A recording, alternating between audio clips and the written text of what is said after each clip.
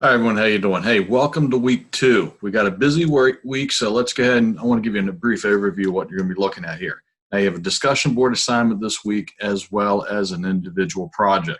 Now the discussion board, we're looking at the ethical dilemma as far as we're broaching the topic of bribery. We're broaching the topic of the ethics, how you handle certain things given a situation and the environment which you operate in. So that's extremely important where we're looking at. In this instance, we're looking at Bill and, what's his definition of bribery or ethics? And is that something we would embrace? Or is that something that we'd say, no, that's totally wrong with the working relationship between Bill and Joe regarding that? So we're building in each week on the case scenario. So look at this. Again, reflect on some of your real world experiences and see, okay, have you unfortunately been put in a situation like this, or have you witnessed it from other colleagues and so forth? And how would you go about handling that? And then the other assignment's a big boy. It's worth 150 points at your individual project.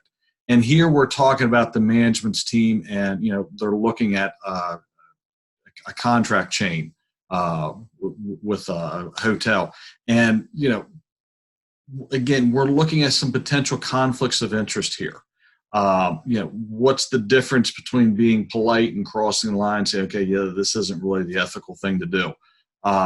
That's important to look at. So we're not just looking at, in essence here, at the black and white issue. It's either right or wrong. There's a lot of nuances you have to look at and how you can handle it. There's a difference saying, no, that's totally wrong. And yes, you'd be right with that. But how do you do that without necessarily burning the bridges with the business relations you ever have, and possibly the people that are doing it, that was not their intention. So there's a way that you have to do that. Or as a leader, how do you identify that, and so forth. So this is what we're going to be looking at. I'll be talking about this more in depth during our live chat. And again, if you have any questions at all, and before I leave, let me leave you one other thing. It's very easy to allow conflicts of interest to kind of interweave itself within your organization and so forth.